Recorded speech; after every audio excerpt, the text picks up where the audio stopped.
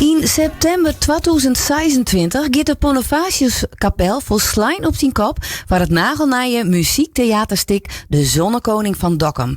Een voorstelling vol humor, historie en theatrale oerdreuwing, maar een knip-erg naar een markante figuur uit de Dokkumer skietnis, Julius Schelto van Eidsema. Alroene weken binnen de haardrolspelers bekend maken en vonden ook de audities van de bierrollenplak. Waar zullen deze kleurrijke personages te leven brengen en wat kunnen wij verwachten van dit Shakespeare op zijn Dokkumers? Heegt hij het om bij te praten met Tjerk Pieter de Vries van NOF Producties. Tjerk Pieter, fijn dat het even langskomen kist in de studio om al uw vragen te beantwoorden. Hartstikke leuk om je weer even te wijzen. Ja, want de haardrolspelers die bin intussen bekend maken. Waar zal Julius en Ansje spelen en waarom voelen zij op bij de selectie? Ja, we hadden dus inderdaad de audities binnen begin februari alweer al rond. Dus we hadden onze acteurs, onze haardrolspelers Fastlijn.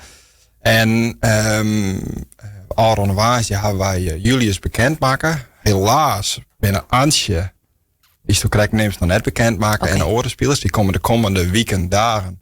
Druppel je wel langzaam nog steeds wat meer informatie in boeten daarover. Maar wat belangrijk weer in de zoektocht naar de haardrolspeler die het Julius Schelto van Eidsema speling hier. Nou ja, Julius hier natuurlijk eigenlijk wel wat een theatraal leven. Dus daar moet wel iemand spelen die dat hetzelfde dwang kent. Nou, en zo ben we bij Michael de Roos terug te komen. Die komt uit Snitswaai, mooi te buurt. En wellicht dat mensen hem kennen als Alex de Boer van GTST. Daar is het bekend van. Ja, en hij is. Ik haal even de hoorn van hem scoren.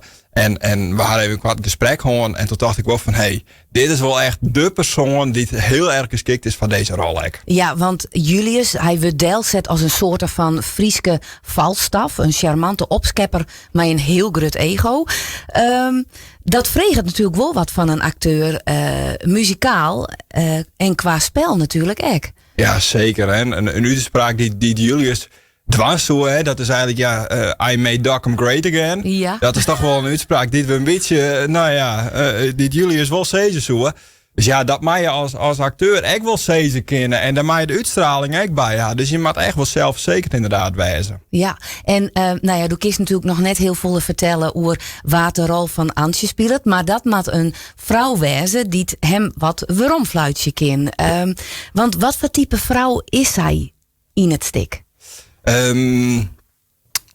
Wat uiteindelijk daarin heel belangrijk is, denk ik echt, dat deze Julius, uw ondertitel is de schijn van macht. Dus degene die Tjen Julius speelt maat, die maat eigenlijk wel dat ik onderuit heel je kennen.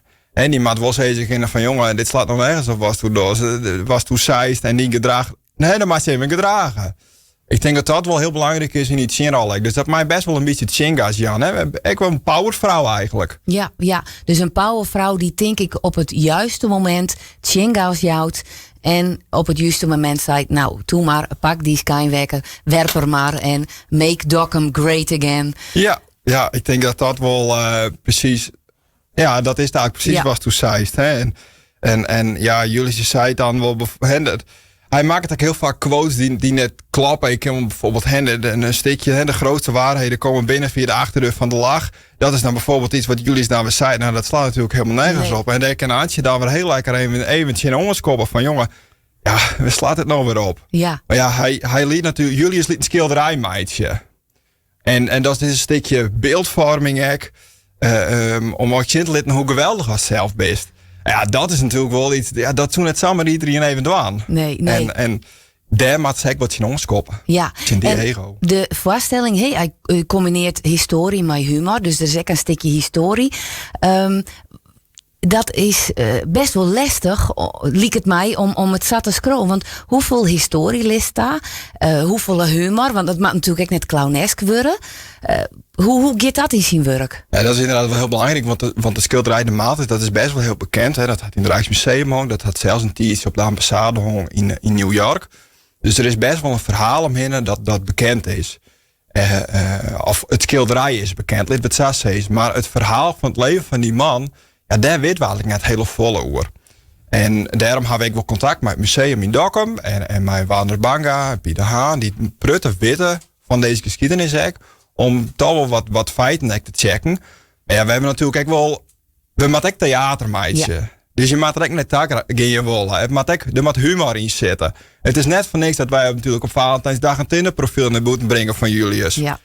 Dus dat moet al je wel bij elkaar passen. En ik denk dat dat het belangrijkste is. En daar hebben we heel goed overleg met elkaar. Ja, dus humor meets historie en historie meets humor. Precies, ja. Dus dat kun je meestal ook verwachten aan in september 2026. Jim, maakt je nou komende tijd hield dit meer de acteurs bekend. Is er al start met repeteren of... Nee, de aftrap is halverwege maart. Dan beginnen ze mij dat nemen ze dan een lezing. Dan komen ze al bij elkaar. Dan is het script maar al trollen. Iedereen die leest als zijn eigen rol voor. En dan je ze even post het bij me. Maar we nog wat aanpassen. Maar we nog eens bijsturen. En dan pas wordt van script ook definitief.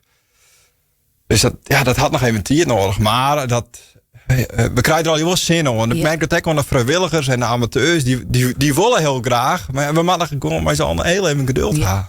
Ja. Tjerk Pieter, ik ken daar heel lang met hierover praten. Ik hoop dat wij binnenkort daar nog eens een keer uitnodigen kunnen naar de studio van Meer Nice. Eerst dank voor de komst naar de studio en een protte succes met alles eromheen.